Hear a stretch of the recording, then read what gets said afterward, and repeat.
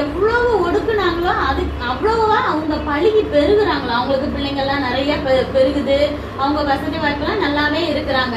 அதை பார்த்தோன்னா அவனுக்கு இன்னும் கோவம் வருது.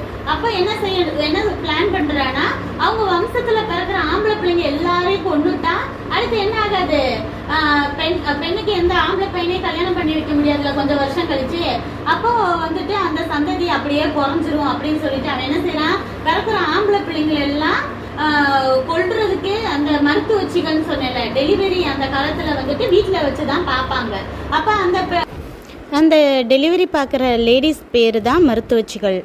அப்ப அந்த மருத்துவச்சிகள்ல 2 பேர், சிப்பிராள், பூவாள். சொல்லுங்க, சிப்பிராள், பூவாள் அப்படிங்கிற 2 மருத்துவச்சிகளை கூப்பிட்டு அந்த ராஜா சொல்றாரு, டெலிவரி நீங்க தானே பாப்பீங்க, பார்க்கும்போது ஆம்பளை பிள்ளை பிறந்துச்சுன்னா என்ன செய்யுங்க, உடனே கமுக்கமா கொன்றுங்க.